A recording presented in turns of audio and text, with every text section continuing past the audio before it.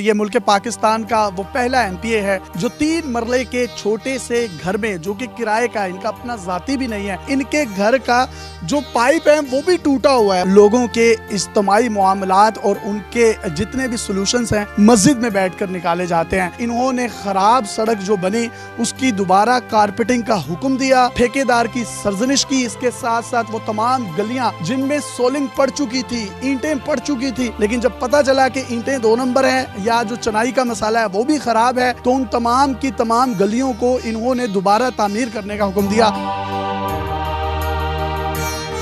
अस्सलाम वालेकुम नाज़रीन, आपका मेज़बान यासिर शामी आपकी खिदमत में हाजिर हैं और आप देख रहे हैं डेली पाकिस्तान। ये हैं मुआविया आजम तारिक साहब जो कि एमपीए हैं झंग से। इस वक्त मैं सरगोदा रोड पर मौजूद हूँ जो कि झंग की एक मसरूफ सड़क है। 20 दिन पहले ये सड़क बनाई गई, इस पे असफॉल्ट डाला गया जिसमें ठेकेदार ने नाकिस मटीरियल इस्तेमाल किया। मुतल्लिका जो महकमे थे उन्होंने भी सही तरीके से इसकी निगरानी नहीं की। 20 दिन के बाद सड़क अपने असल मुकाम से हटने लग गई, पिचकने लग गई। एमपीए साहब को इस बात का इल्म हुआ, इन्होंने फौरी तौर पर मुतल्लिका ठेकेदार और मुतल्लिका हुकाम की सरजनश की और ऑर्डर दिया कि फौरी तौर पर इस सड़क को तोड़ा जाए और दोबारा से बनाया जाए, दोबारा से असफॉल्ट डाली जाए। आज वो दिन आ गया है जब आप देख सकते हैं कि भारी मशीनरी यहाँ पर मौजूद है, इस सड़क को दोबारा से बनाया जा रहा है। मुल्क की तारीख में आम तौर पर हमने ये देखा है कि एमपीज एमएनएज जब भी कोई सड़क बनती है तो अपना कमीशन रखते हैं 10 से 15%। ये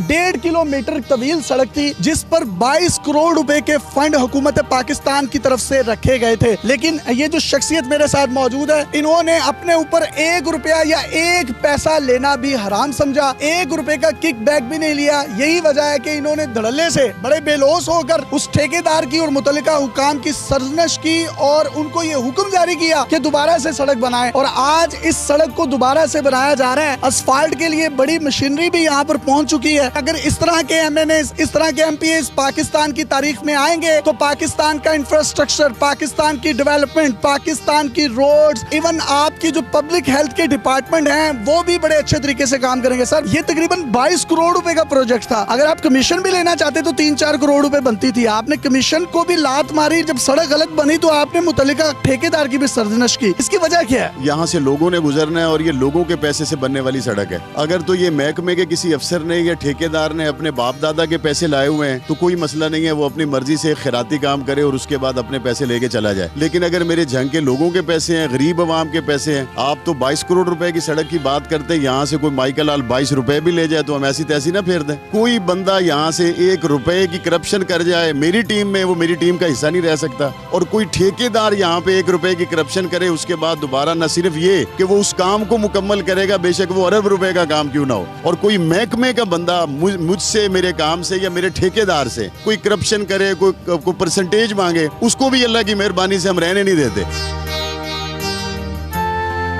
आमतौर पर देखा है एमपीज एमएनएज मुबैना तौर पर परसेंटेज लेते हैं ठेकेदारों से। वो कहीं ना कहीं उनके, वो पंजाबी में कहते हैं कि काने हो जाते हैं। वो गलत मटेरियल भी डालें, खराब मटेरियल भी डालें, नाकिस मटेरियल भी डालें तो वो उनकी सरजनिश नहीं करते। आपने ये इनिशिएटिव क्यों लिया कि सड़क गलत बनी है तो दोबारा मटेरियल ठेकेदार अपने पैसों से बनाएगा, डालेगा और ये जो सड़क है इसको सही मायनों में बनाएगा? देखिए, बात ये है कि 10 से 15 करोड़ रुपए आपके घर में आ जाए तो हर किसी को अच्छा लगता है। बड़ी आपकी रहने की जगह हो, बड़ा आप सहूलत से रहें, इज्जत से रहें। लेकिन मैं ये समझता हूँ कि हमने जिस नबी करीम का कलमा पढ़ा है और हम जिस मुल्क को कलमे के नाम पर ले चुके हैं और हम जिन ऐवानों में बैठे हुए उनकी पेशानी पे कलमा तैयबा लिखा हुआ है, क्या हम जैसे नुमाइंदों को ये ज़ेब देता है कि हम कलमा तैयबा के नीचे से गुजर के असेंबली में जाएं और वहाँ से गरीब लोगों के फंड है और उसमें से अपने हिस्से रख के घर चले जाएं? इस समेत और कितनी सड़कें हैं जहां पर ठेकेदारों ने गलत काम किए और आपने उनकी सरजनिश की और दोबारा तामीर करने का हुक्म दिया? इससे पहले हमारे इलाकों में सिद्दीकाबाद के इलाके में एक सोलंग पे काम हो रहा था, वहाँ पे नाकिस ईंट इस्तेमाल हो रही थी, वो मैंने फौरी उठवाई। इसी तरीके से हरमलपुर के इलाके में एक जगह पे नाकिस काम हो रहा था, वो जाके मैंने खत्म करवाया। ये रोड हमारी बड़ी स्कीम्स में पहला है जिसपे रकम जो है वो ठेकेदार की लग चुकी हुई थी। अभी उसको बिल क्लियर नहीं हुए थे कि हमने वो सारी ट्रालियों में लोड करके उठवा दी कि नहीं मेयारी काम करना है। अब तो हमारे अल्लाह खैर करे कोई बंदा ठेकेदार भी आता है तो वो इस्तिखारा करके आता है कि पता नहीं मेरे साथ वहाँ क्या होगा। ये 3 मरले के एक छोटे से किराए के घर में रहते हैं। इनके वालिद साहब भी 7 दफा एमपीज और एमएनएज मजमूई तौर पर इसी हल्के से बने। ये वाहिद एमपी हैं पाकिस्तान के जो नाइब खतीब भी हैं। लोगों के मसले मिसाइल जो हैं वो मसाजिद में सुनते हैं। उसकी रीजन ये है कि नबी करीम सल्लल्लाहु अलैहि वसल्लम भी फलाही काम होते थे, सियासत खिदमत का काम है, खिदमत का नाम है, उन तमाम के मामलात को भी मसाजिद में सुना करते थे। ये तो बड़ा जबरदस्त इनिशिएटिव है, लेकिन बदकिस्मती से हमारे जो दीनी रहनुमा भी हैं, रुफका भी हैं, उन्होंने मस्जिदों को नमाज की हद तक, एतकाफ की हद तक महदूद रखा। उसके बाद ताले लग जाते हैं। तो उनको कोई पैगाम देना चाहेंगे, क्योंकि आप दीन को भी रिप्रेजेंट करते हैं। मैंने तो मसाजिद के हवाले से ये तजवीज़ भी उस्मान बुज़दार को और पीएम इमरान खान को दी थी कि आप मसाजिद के जो हाल हैं उन्हीं को आप पनाहगाह के तौर पे इस्तेमाल करें ताकि लोग वहाँ पे आएँ। आप देखें कि हुजूर अलैहिस्सलाम को मिलने के लिए जब ईसाइयों के वफूद भी आते थे तो हुजूर अलैहिस्सलाम उनको मस्जिद नबवी में ठहराते थे। मसाजिद हमारे बुनियादी तौर पे कम्युनिटी सेंटर्स होते हैं। इनके घर की तरफ चलते हैं और आपको इनका घर भी दिखाते हैं। और इस एमपी का घर देखकर आप शायद हैरत के समंदर में मुब्तला हो जाएंगे कि इतना जबरदस्त लाइफस्टाइल है इसका। सर आइए, ये इस घर में रहते हैं। 3 मरले का छोटा सा घर है जो कि किराए का है, अपना इनका जाती भी नहीं है। इनके वालिद साहब इमाम मस्जिद थे। मस्जिद की इमामत की वजह से उनको एक रिहाइश के लिए जगह दी गई थी जो कि रेंट पर है और जिसका किराया ये आज भी पे करते हैं। इनके घर का जो पाइप है वो भी टूटा हुआ है। अगर मैं इनकी गलियों की बात करूं तो टूटी हुई गलियां हैं। इन्होंने वो तमाम गलियां जो इनकी गली से इर्द गिर्द की हैं, मोहल्ले से इर्द गिर्द की हैं, उनको प्रायोरिटी पर पहले बनवाना शुरू किया और अपनी गली की बारी बाद में आती है। अगर मैं घर की बात करूं तो एक शटर है, इस शटर को ऊपर उठाते हैं खुद ही और गाड़ी को अंदर लगा दिया जाता है, जिसके बिल्कुल साथ एक ऑफिस है और ऑफिस में सब लोग नीचे बैठते हैं, उनके मसले मसाइल सुनते हैं। ये सामने बिल्कुल इनके घर के मस्जिद है। ये पहले एमपी हैं जो नाइब खतीब भी हैं, मस्जिद में जुम्मा भी पढ़ाते हैं और इमामत भी करवाते हैं नमाजों की।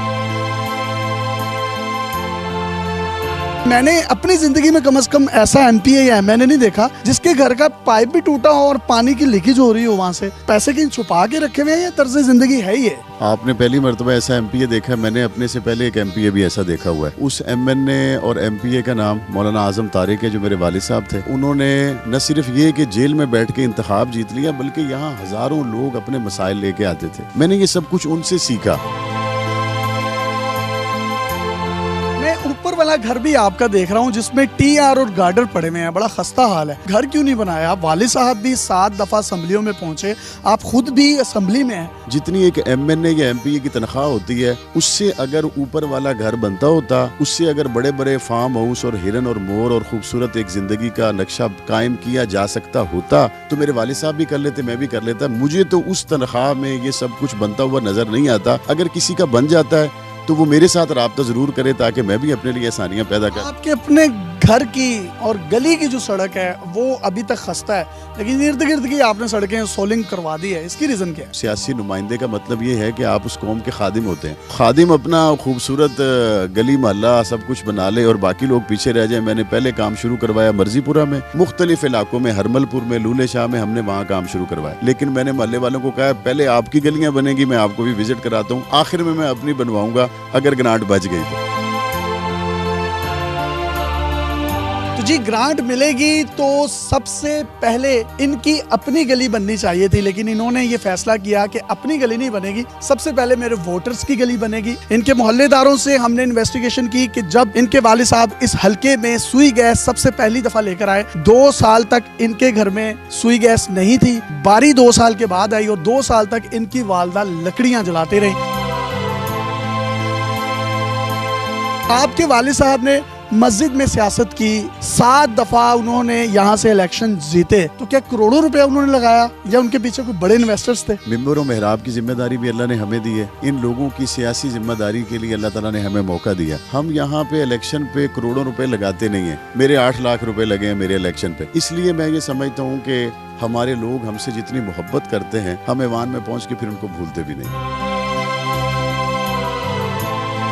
ये मुल्क पाकिस्तान का वो पहला MPA है जो 3 मरले के छोटे से घर में, जो कि किराए का है, इनका अपना जाती भी नहीं है, लोगों के इज्तिमाई मामलात और उनके जितने भी सॉल्यूशंस हैं मस्जिद में बैठकर निकाले जाते हैं। इन्होंने खराब सड़क जो बनी उसकी दोबारा कारपेटिंग का हुक्म दिया, ठेकेदार की सरजनिश की, इसके साथ साथ वो तमाम गलियां जिनमें सोलिंग पड़ चुकी थी, ईंटें पड़ चुकी थी, लेकिन जब पता चला कि ईंटें 2 नंबर है या जो चनाई का मसाला है वो भी खराब है, तो उन तमाम की तमाम गलियों को इन्होंने दोबारा तामीर करने का हुक्म दिया। ये positive and real face of Pakistan है। इस तरह के लोग जब ऐवान के इक्तदारों में बैठेंगे तो वो तमाम लोग जो जालिम का जो हाथ भी नहीं पकड़ सकते, जिसके आगे वो कोई सदा भी बुलंद नहीं कर सकते, उनकी आहें जो हैं उनको लगती हैं और कहीं ना कहीं पाकिस्तान का तशख़्ख़ुस भी खराब होता है। अपने मेजबान यासिर शामी को इजाजत दीजिए। अगर आपके इर्द गिर्द भी कुछ इस तरह का real and positive face of Pakistan है तो आप हमें इनबॉक्स कर सकते हैं। हम आपके इस कंटेंट को पूरी दुनिया में दिखाने के लिए प्लेटफॉर्म मुहैया करेंगे।